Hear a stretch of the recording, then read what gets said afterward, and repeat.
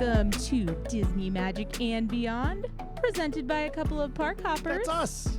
If you are watching us on YouTube, go ahead and hit that subscribe button right now because it does really help our channel grow.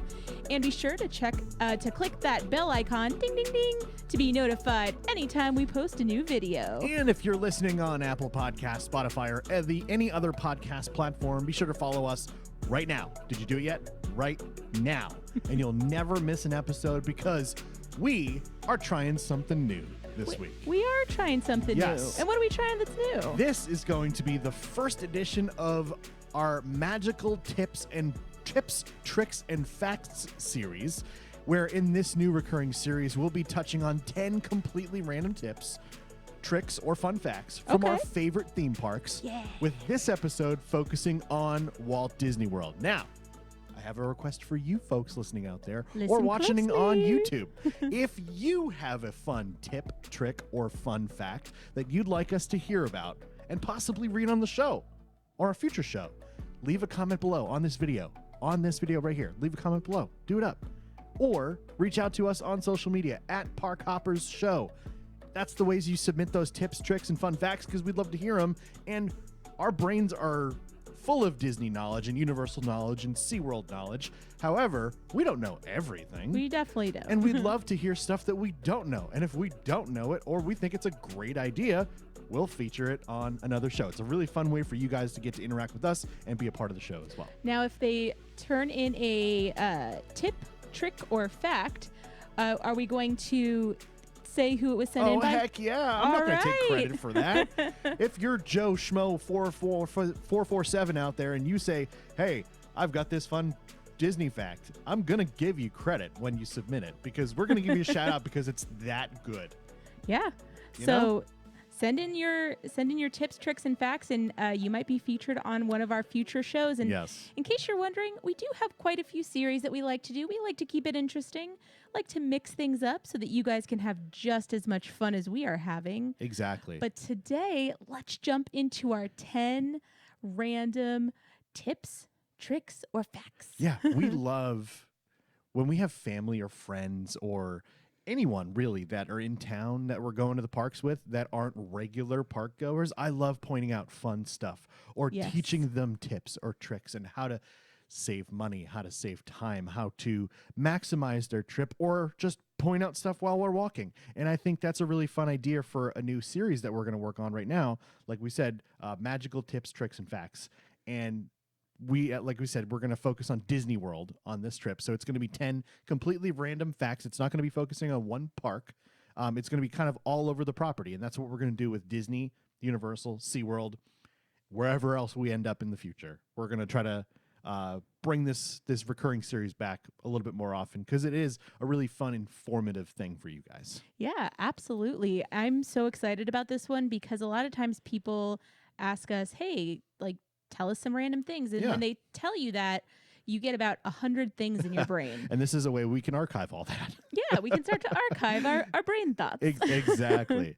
All right. So, like we said, we're focusing on Walt Disney World in this episode. Yes. So all 10 facts will be from any of the 4 parks at Walt Disney World in any random particular order.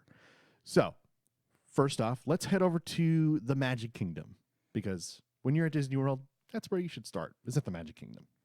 And so one really fun fact that I like to, well, not necessarily fact, but more or less an opinion, but kind of a fact. Number one.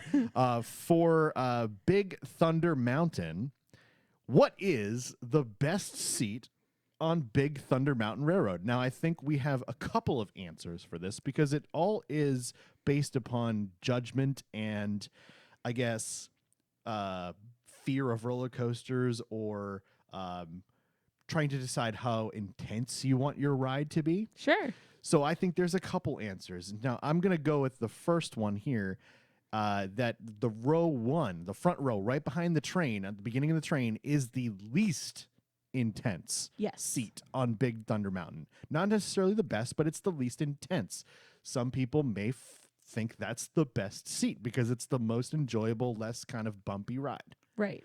Now, what are your thoughts on the other option that we have there. So row 15, or the very last row, is going to be the most intense. Mm-hmm. Now, the reason that we find that this is a really fun tip is because we get people all the time, friends of ours, who, for us, we want to ride Velocicoaster with our arms in the air, yeah, which is the most intense coaster in Orlando. But some people get motion sick but still want to ride these rides. Some people just are nervous about roller coasters. Right. So for them, row 1, going on the least intense seat on that ride, and will be more enjoyable. On top of that, you might have somebody in your party who won't go, but knowing that if they ride in the front, maybe they'll just go with you. They'll experience the ride, and just letting them know that it is the least intense seat may actually convince them to get on. Because as somebody who 7 years ago literally would not get on most roller coasters. True. I probably would have been convinced by somebody that said, oh, that seat's the least intense. You should try that first. Right. However, if you're looking for a thrill, which there's not a ton of very intense thrill rides at Disney, the 15th row, the last row of Big Thunder Mountain, really truly is the wildest ride in the wilderness. Just make sure that whoever you're sitting next to, you're okay sliding into and getting up close to. Bumping into for a solid 4 or 5 minutes. Yes. Getting nice and cozy. Exactly. On the wildest ride in the wilderness. But yeah, the best seat on Big Thunder Mountain is kind of subject to whoever is making that decision, but the first row is the least intense and the 15th row is the most intense. Excellent. All right. So moving on. And I absolutely love this next fact. And you actually pointed it out to me the first time. So I would love you to take this one here. Tip number 2.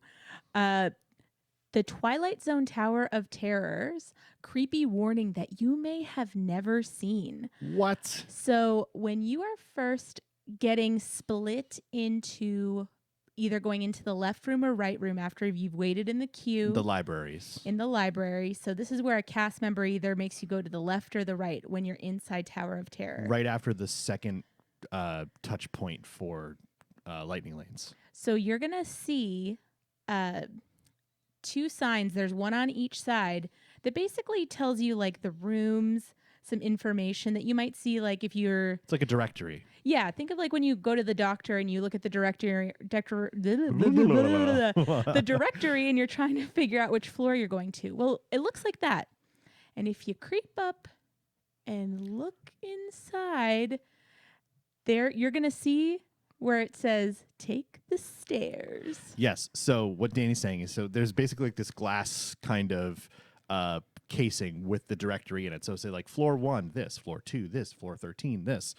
But if you look down inside the glass, on the bottom of the inside of the glass, it looks like letters kind of fell off of the directory. Like a ghost dropped them off? Or they fell, like Tower of Terror. Fell.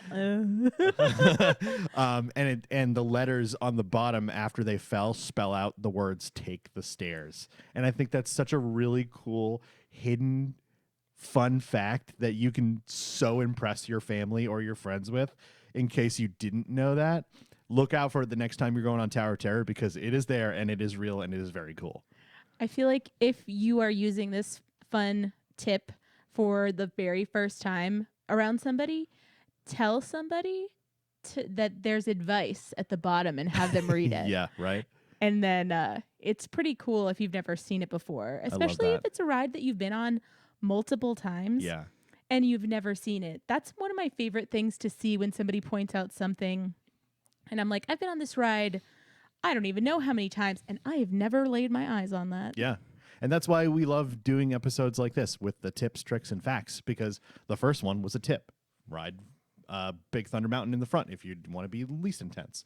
Ride Big Thunder in the back if you want to be most intense. This one is just a fun fact, and it's really cool, and you could point it out, and it's a total geek moment for me for Disney. So I love the that. Imagineers put on all the little, really cool touches. Some of them you'll never notice unless somebody points it out to you, which that's what we're here for. That's what we're here for. Exactly. All right, moving on to our next tip, trick, or fact. You can modify your lightning lane selections throughout the day. What does that mean, Bill? Well, I'm going to tell you right now. When you sign up for Genie Plus, this is Genie Plus, not individual lightning lane. Whatever you sign up for there, that's what you get. For Genie Plus, my hand just came across your camera. Whoa! Woo! Tip number 3 is spooky. So tip number 3, this is just for Genie Plus, not individual lightning lane, because Genie Plus includes every other attraction in the park outside of the one that's sold on individual lightning lane. When you go in, say first thing in the morning, and we all know that Slinky Dog Dash goes really quickly at Hollywood Studios. It does. Or Remy's Ratatouille Adventure goes really quickly at Epcot. When you go in, sometimes the first available time for you is way later in the day. If you're not in there right at 7 a.m. trying to book your first lightning lane, if you really want a really popular ride, sometimes those early times get snatched up really quick, and you may not be able to get the time you're looking for. Right. However, once the park opens, you can start, or once the park opens and you're in the park, you can start modifying as you're doing everything throughout the day. So say, for example, you really wanted to take your family on Remy's Ratatouille Adventure at Epcot, but the first available time you could find was 2:30 p.m. You're like, oh, rats. But yeah. Nice. Oh, rats.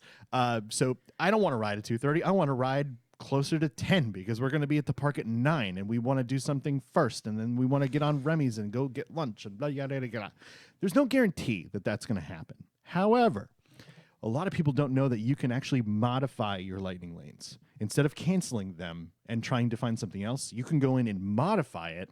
And what will happen when you modify is you go in and it will show you the next available time at that moment. Now, people are always changing their plans or canceling their plans, modifying on their own. And there's a chance, not guaranteed, but there's a chance that when you go in there and you've got your 2:30, you hit modify, the first available time might be 10:30. Right. Or it might be 1 o'clock, and you can inch your time earlier and earlier throughout the day to try to get your ideal time. It's going to kill your phone battery, I'll tell you that. So make sure you have the like a charging block or anything like that, or what's those things called, the power links in the parks? Fuel rods. Fuel rods. Have one of those, because constantly being on your phone and refreshing and modifying will kill your battery throughout the day. However, if you want to maximize your Disney experience, that's kind of what you got to do. So you can go on and you can see the first available time. It could be 20 minutes earlier, but grab it. Why not? It could be an hour earlier, 2 hours earlier, 5 hours earlier. Grab it. Why not? So that's one really cool tip that I like to give people when they're using Genie Plus, is that you're not locked into what you select. You can change it. You can modify it as long as something is available. It will be that they're sitting for you, and you can change it for your whole party or just you or for a couple of people, whatever you want to do. So really cool, fun fact for me. Yeah, I love that. I think that it makes your day easier, especially if you realize, hey, we're already in this direction. Maybe we should do this right now if it's available. Right. So it allows for a lot of flexibility. Exactly. And you can modify to another attraction too. It doesn't have to be the same attraction. You can say, if you've got 11:30 for Remy's Ratatouille Adventure, but you want to modify and you see like a 9:45 for Test Track, you can just change it there instead of canceling it and having to go back in.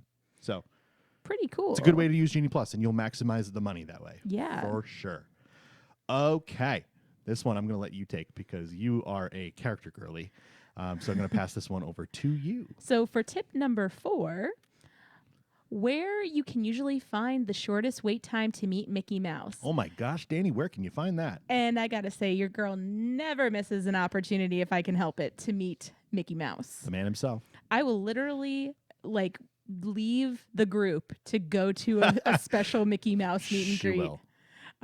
Yes, that's what I did at the last Halloween, not so scary, I had to go see Mickey in his costume. Yeah, why not? Come on. So in our experience, the shortest wait time that is inconspicuous, you might not even know that it's there. Nope. Is going to be near the Pixar Film Festival at Epcot, next to Journey into Imagination. Now, it is always Mickey. Sometimes Minnie is with him. So generally, it's going to be him looking dapper, is what I like to say. Yeah. Recently, I met them recently, actually, and they were in their very silver, like shiny 100th anniversary outfits. Right. They were in their 100th anniversary outfits. Yes. But before that, you got Mickey in his I've never bought a suit, so I don't know what it's tuxedo. Called. The tuxedo, but the one that has the tails. Yes. But currently, and most recently, it's always been him just looking very fancy Mickey. Yeah. Not wedding fancy. He No, doesn't have a top hat or no, anything. no. Just like his work fancy, I guess. Right. Exactly. So what Danny's talking about, if you guys aren't familiar, it's over next to Journey into Imagination. When you're going into the gift shop for Figment, you kind of bear left towards the dancing fountains, and the Pixar Film Festival is up there, and it's like a big theater. It's actually where Captain EO used to be, correct? Yes. And so where you kind of go up into this theater, you're going to the Pixar Film Festival, and if you didn't look back, you'd probably never notice, but if you walk in the door and you look to your right, there's usually a Mickey Mouse meet and greet happening right there. However, it does end earlier than the park close. So make sure you check My Disney Experience to see what time Mickey is done meeting.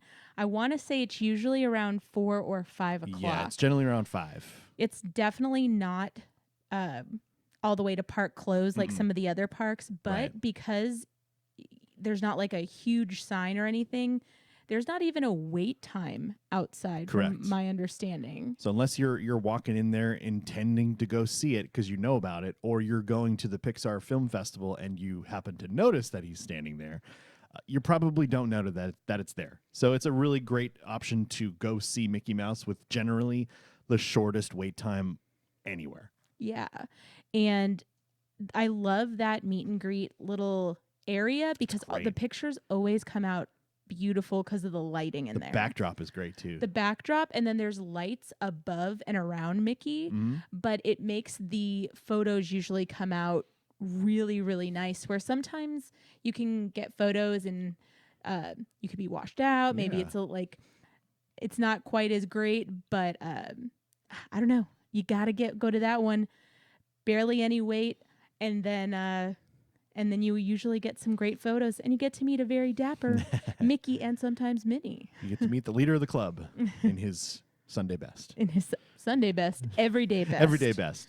Mickey brings the, he raises the bar. Yes, he does. All right, moving on to our next trip. We're going to stay in Epcot here. For number 5. For number 5, and the best viewing spot, in my opinion, for Epcot's brand new nighttime spectacular Luminous, the Symphony of Us. I do have a place that I have found is my favorite spot, and I think is the best vantage point for the entire show. That is over in the Italy Pavilion on the waterside patio across from the Italian courtyard. So when you're over there, you'll notice that the patio kind of juts out into the World Showcase Lagoon, not over the bridge and down, but there's like a little patio near the bridge that kind of juts out, and it's never packed, which is great. And there's the best vantage point, in my opinion, because you're looking across at the little barges that are now part of Luminous. They got rid of the gigantic Harmonious barges, and they brought in smaller barges, which are actually brought in every afternoon. They're not permanently there, which is pretty cool. But you look out at the water, and you see the barges, but in the background, you also see Spaceship Earth, which is all lit up at night, and it interacts with Luminous as well. And is beautiful. It's beautiful. So you get the best of both worlds because you get to see the fireworks and the water and the colors with Spaceship Earth doing its thing in the background. And then during Luminous, there's also other times where all of the buildings around the World Showcase are actually lit up and doing things. And that's a great vantage point for that too. So you get your whole 180 degrees of periphery, seeing my hand popped in your thing again. It's bizarre whenever I see that happen. You get your 180 degrees of peripheral to experience the show in the best way possible. You get the best of both worlds. Thank you, Miley. I'm sorry, that was gonna make my head explode after you said that. If you didn't say it, it was gonna have your head explode. Yeah, it just would have been end of episode. Yeah. If you haven't seen Luminous, go see it. It's really good. It is not harmonious. It is a very different show. It is not a Disney clip show similar to Happily Ever After. While Harmonious was amazing and I loved it, Luminous is more Epcot-y, where Epcot's never been one of those parks where it was a very Disney-fied fireworks show. It was more about like us and the world and being together and harmony and all this stuff. And Luminous is that. It tells the story from birth basically to death, everything in between, and it's a beautiful new soundtrack, brand new original soundtrack. Strongly recommend. Like the colors and the water and the fireworks, it gets me every time. So I love the new show. Go see it. Watch it from the Italy Pavilion because that's my favorite place to watch it, and you should go check it out. So also, I just wanted to say that if you are not sold on Luminous yet, and I know some people are not, I'm looking at you, Chip. Luminous is like Harmonious and Illuminations had a baby. Yes. It's literally the best of both worlds. It's Illuminations with better music. I thought you were going to sing it. No. You get the best No, I don't know. Of both girls. Both girls, Harmonious and Illuminations. Sure. It's a great show. I got to watch it from exactly where you were talking about with my mom and Megan. Oh, you watched it from there? We did. Nice. A little bit further back because we kind of like walked into Epcot with like 10 minutes left. And so. But even if you don't get right on the railing, you've still got a great vantage point. Right. And the cool part was even after that, we sat down waiting for everybody to kind of clear out, and we could even see Happily Ever After from a distance. Got a double show. Yep. Didn't tell you that one. Oh, my goodness. Oh, my goodness. All right. Well, let's go ahead and move on to number 6. Yes. It's a very Epcot-y episode. When I was putting this lineup together, I didn't realize I put 3 Epcots back to back to back. But you want to take the next one? Yeah. Row 9 on Guardians of the Galaxy Cosmic Rewind is actually the front? What the heck do you mean by that? What? That's not how numbers work. 9 is not the front, especially when there's 10 rows. What are you talking about, Danny? Well, row 9, you're actually in the front row for the reverse launch. Mind blown. Mind blown. You would think that with the reverse launch, when the cars turn around, that the last row would be the front, right? But the way the rows are situated, if you think about it, you've got 1 through 10. The 9 and 10 are in the back car. But when they rotate, 9 becomes the front, which is pretty crazy. It kind of blew my mind the first time I was on there. I was like, nice, I got row 10. Wait a minute, I'm not in the front. And then when you're sitting in that row, you also get a little bit more speed from there. Yes. So my favorite thing about this tip is that you get an absolutely clear shot at what's going on in front of you. Yes. Where for me, I like to not look at the back of people's heads, and I am only 5 feet tall, so that tends to be a problem a lot for me. Mm-hmm. I love a good clear shot at everything that we're seeing. One really great thing about the Guardians coaster train, though, is that in the single cars, the back row is slightly elevated over the front. Oh. So you can actually see over the row in front of you no matter what. I'm too short to realize that. Well, maybe for you. Maybe for me. Maybe for you. They're like, we made it taller. I'm like, maybe for the rest of you guys. But I love telling people this trick, and you can request it if you wanted to. You can ask for row 1 or you can ask for row 9. They'll usually accommodate, not always, but they'll usually accommodate depending on what the lines and stuff look like. Just be prepared to wait if you ask for a special accommodation. Correct. And be prepared to hear a no as well. Don't fight them on it. Just let them do it. But if you have a chance, request row 9 because you will be front and center for that reverse launch and watching the big bad villain guy. I can't remember his name off the top of my head. Kind of, and the big very bang large explosion. Man. Yes, exactly. He's very unusually large man. Yes, that's what you're his likely name. doomed. But you get the front row seat at the big explosion, and then you are the last to go up and over that hill, which means it is the most intense part of that launch is being in row 9 and 10. So yeah. You know what I need after going on Guardians of the Galaxy and screaming my head off? What's that?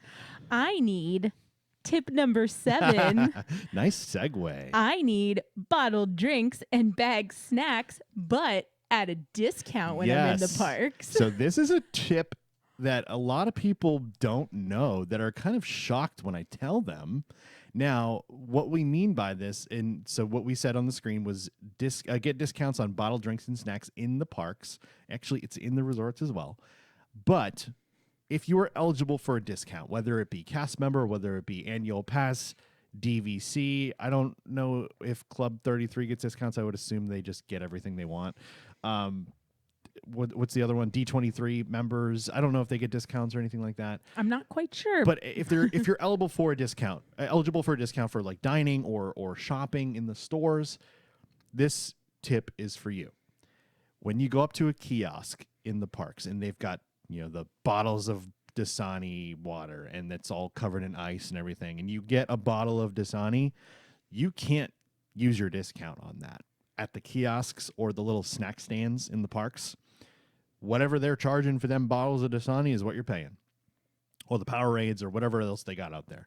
However, if you go into a merchandise location, so say you're at Magic Kingdom and you go into the Emporium or you go into the confectionery across the street from Emporium and you grab a bottle of Powerade, when you go to the register, you can use your discount to save money on those drinks and snacks.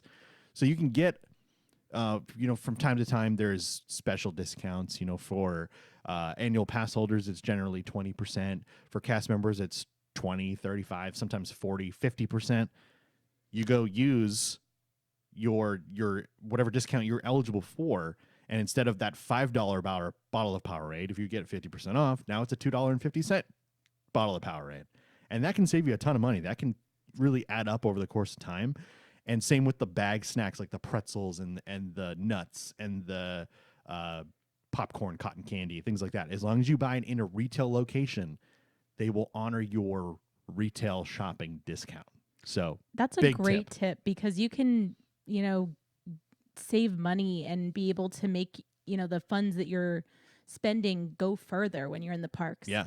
And I'm not kidding though. Sometimes when I get off of a ride where my adrenaline is pumping afterwards, I start to realize that I'm either hungry or thirsty because you've been running around, your adrenaline like poof, goes up.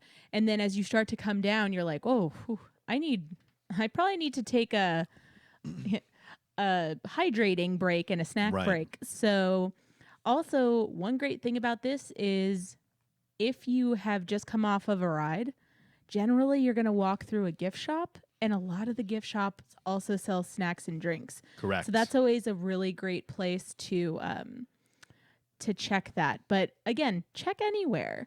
But make sure you stay hydrated and have those snacks and use your discount. Because everybody loves saving money at Disney. Yes. So why not do it anytime you can? And that's what we're here for. We're giving these tips, tricks, and fun facts out to you for free.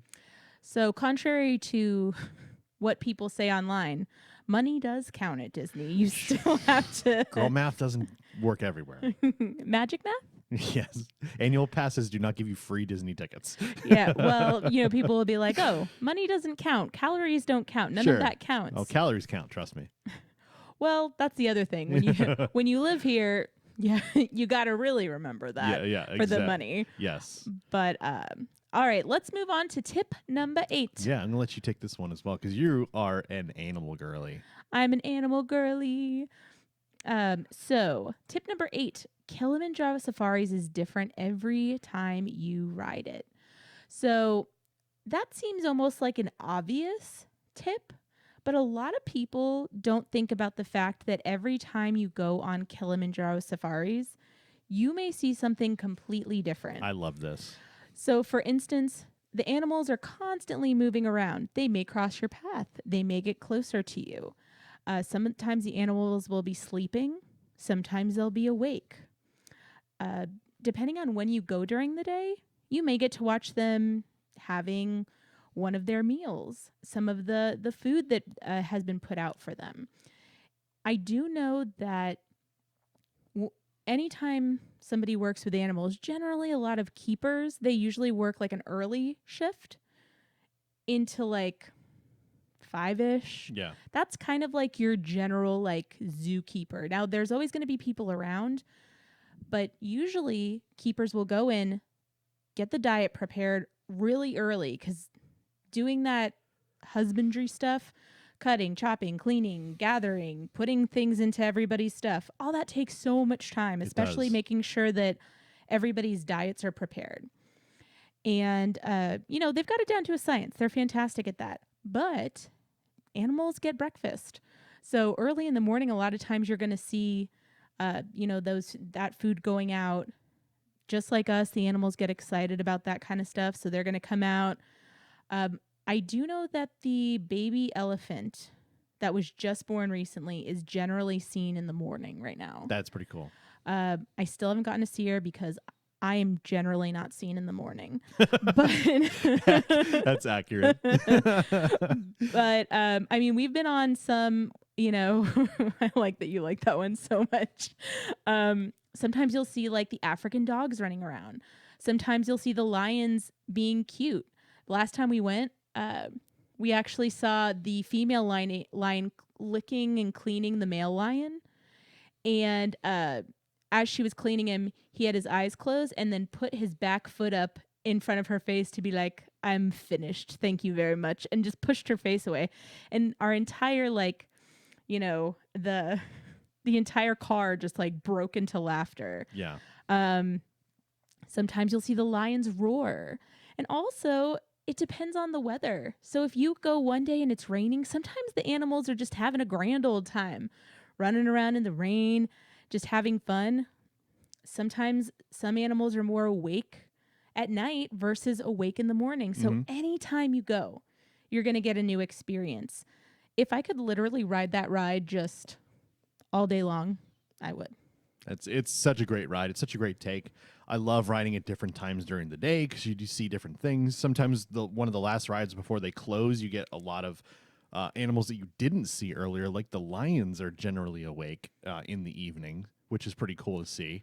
You might even see a "Can you feel the love tonight?" kind of a kind of action happening. Yeah, or at least just roaring or up and walking around. It's really neat. They'll just be like romancing each other, like rubbing up against each other like house cats. Because you can ride it at like 10 a.m. and they'd be sleeping, and then 5 a.m. they'd be up walking around. I think it's such a cool tip for folks who are spending a day at Animal Kingdom to ride the safari multiple times and experience something different. Sometimes you might get a giraffe that walks in front of your safari vehicle and you have to sit there for 10 minutes.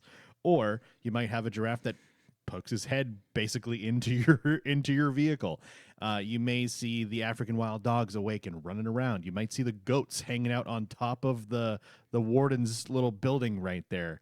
It's such a unique experience every single time. And when I spend a full day at Animal Kingdom with family and friends, I love to go on that twice. Ooh, or 3 times. Another good one is seeing some of the animals that exist in the water, seeing them in or out of the water. The hippos. Oh, sometimes you'll just see the tips of their noses or bubbles, and sometimes you'll see them just like bottom, just hanging out on like walking around outside. Yep.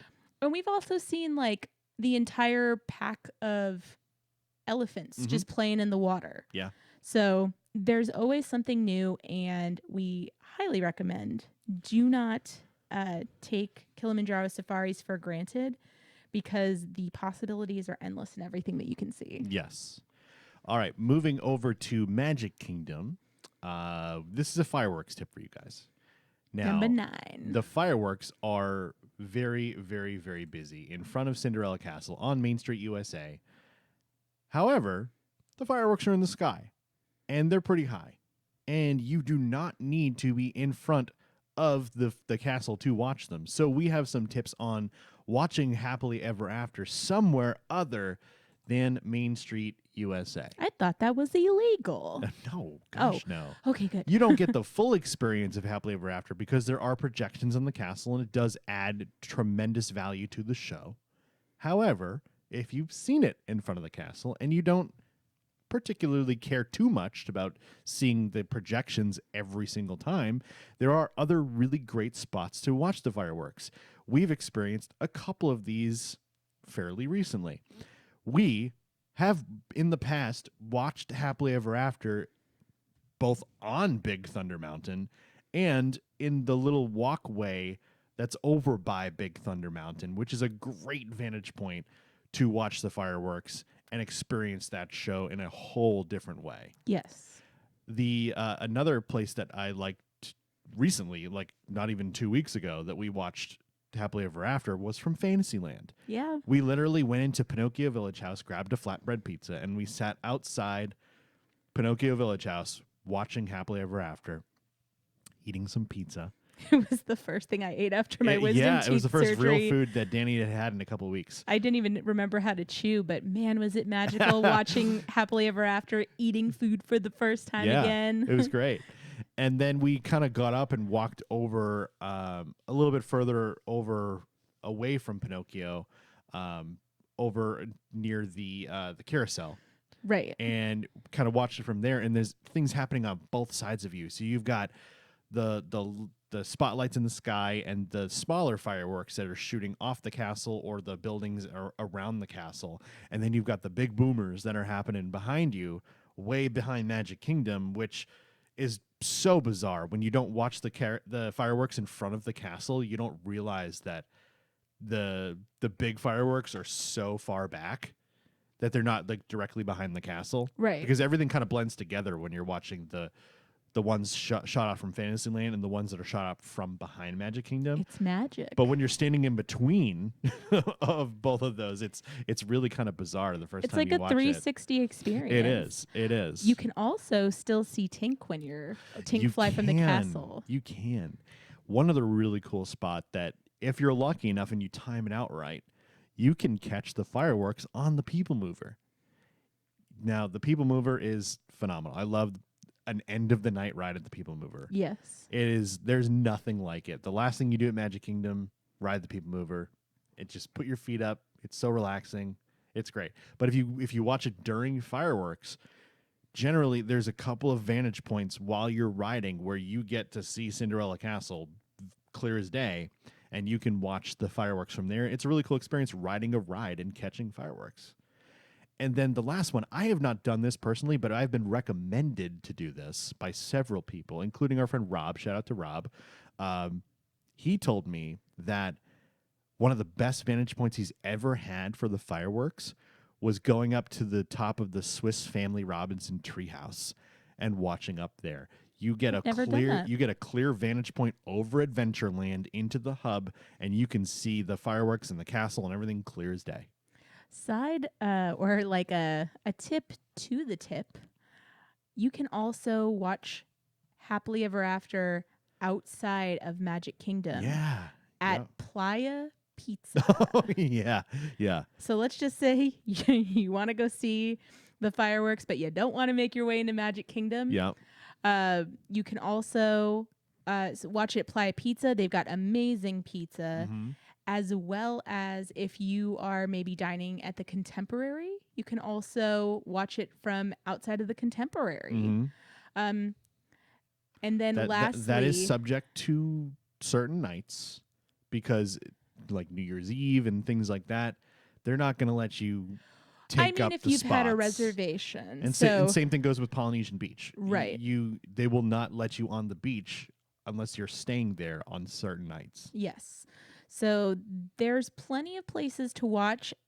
And honestly, the other day we watched Happily Ever After from Main Street, right in front of the Emporium area. Okay. And beautiful, perfect view. And you get that shot right down Main Street too, because they're doing projections on Main Street now. You got to hear what happened though. Oh, I love it. What do you got? So beautiful, perfect view. Yep. Ba-dum-bum-bum-bum-ba. Oh no. 2 twins. Not the 17-foot child. 2 twin girls on both parents next to each other. Oh my gosh. A lady from behind us comes up and stands between them and puts her phone up between the 2 girls and just created the perfect wall. Are you serious? I mean, it wasn't busy. It was busy enough, but it wasn't we were able to kind of maneuver out of the way.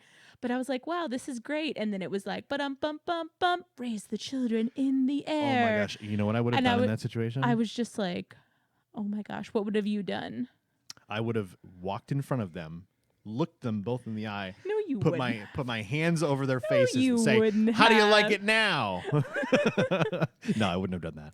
But that's what I would want to do. It's just that feeling of That's so rude. it was just the perfect wall. I couldn't even see the castle. And so we were able to maneuver, but honestly, some nights you can't do that. So being someplace where you don't need to necessarily rely on people not being jerks is kind of great. You know what would alleviate those issues? A spray bottle? No. Far less confrontational, Danny. An air gun? One of those things that you go... Even less confrontational than an air gun. An air horn? No, that's the worst one. You know what? You know what would alleviate all of that? If they let everybody sit down.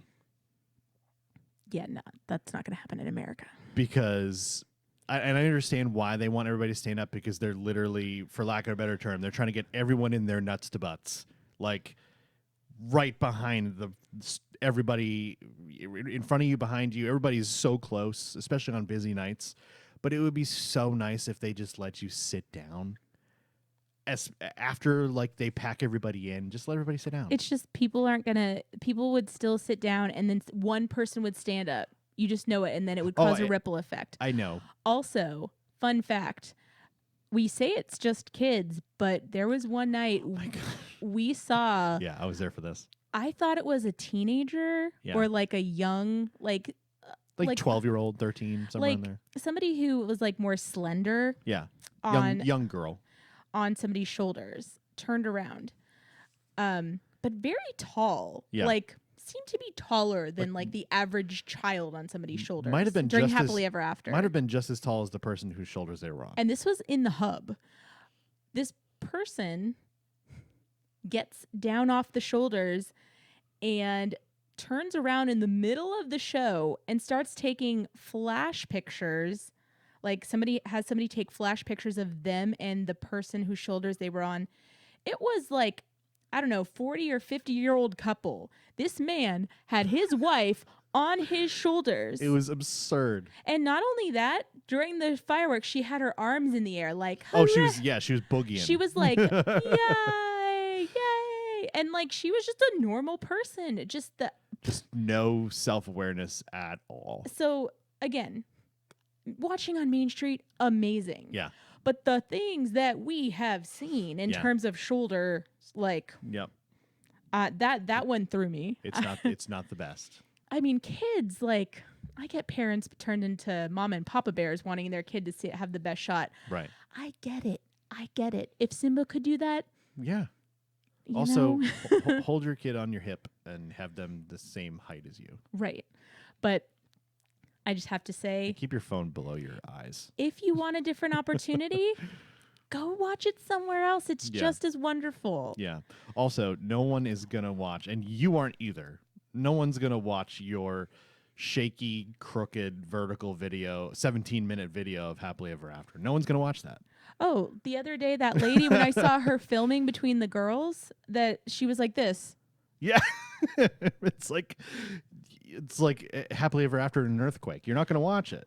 Yeah, like There's plenty of amazing videos, including on youtube.com/a couple of park hoppers, where you can watch a beautiful HD version of Happily Ever After with a very stable camera.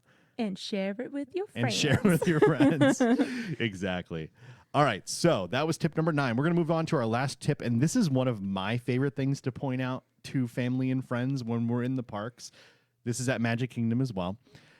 Really, really fun fact. So when you're over in Liberty Square, over by Haunted Mansion, and you're heading into Fantasyland, up the hill like by Columbia Harbor House and Peter Pan's Flight, if you look down at the ground, you will see horse hoof prints kind of marked in the concrete. However, some of those hoof prints have the name Maximus on them. What? Who is Maximus? He is the horse from Tangled, or the Rapunzel movie, if you don't know what Tangled is. He's a horse, of course. He is amazing. He is such a funny character in that movie. But when you're walking from Liberty Square to Fantasyland up the hill to the right of Haunted Mansion, you're walking up, you see horse hoof prints on the ground. Some of them are blank, but some of them say Maximus. And if you follow, be careful when you're looking down, walking up the hill with all the crowds and stuff. But pay attention to your surroundings. If you follow the hoof prints that say Maximus on them, it will eventually lead you to over by the Tangled restrooms, which is fun as it is. But there's a couple of crates that are kind of tucked behind one of the fences with a little stack of apples that are sitting on top of the crates. And those are, Maximus loves to eat apples, if you've seen the movie. So when you follow Maximus's hoof prints up the hill, it will lead you to a crate that's covered in apples. And I think that's such a really cool, unique, you would never know unless you were looking for it, touch that the Imagineers put into that area heading into Fantasyland. I love that. It's so much fun. Well, that concludes our 10 tips. Yes. I love these tips. I love that we're going to start doing this because we have so many fun tips. Again, if you have a tip, trick, or fun fact you'd like us to hear about and possibly read and get a shout out on a future show, leave a comment below on this video or reach out to us on social media at Park Hopper Show. Yes. So, if you liked what you heard, go ahead and hit that like button. Subscribe to our channel right down there. And if you really, really want to make us happy, head over to patreon.com/a couple of park hoppers, where you, yes, you, can support us for as little as $3 a month. Help us keep the lights on around here. Patreon.com/a couple of park hoppers. We have so many big plans coming up in the near future with Patreon, with our channel, with our podcast, with everything that a couple of park hoppers is doing. With our collaborations. Also, with Disney, we've got drone shows coming up. We've got a new ride opening up. Tiana's Bayou Adventure. We are going to start live streaming. Yes. We've also got over at Universal, we've got a whole new area opening up soon. Yeah. We've got Halloween things coming up. Guys, there's so much happening, and we may have a little peek at Danny after her wisdom teeth surgery that we're going to be dropping may soon. Or we do. Well, it exists. We definitely have that video, and it is coming soon. It's going to be great. Yeah, it'll be interesting. It was fun. Danny got all hopped up on drugs and got her wisdom teeth taken out, and so it was fun. Well, there was a reason. Yeah, there were legal medical drugs. Yes. Yes. It was so I could have my first surgery. But exactly. I am so excited about all the things that we have coming, and now that I can do them again, like eat and go on roller coasters and just experience all of the things with you and with all of you out there. Thank you for joining us. And until next time, we hope you enjoyed our tips, tricks, and facts, and we'll see you soon around the parks. Good night.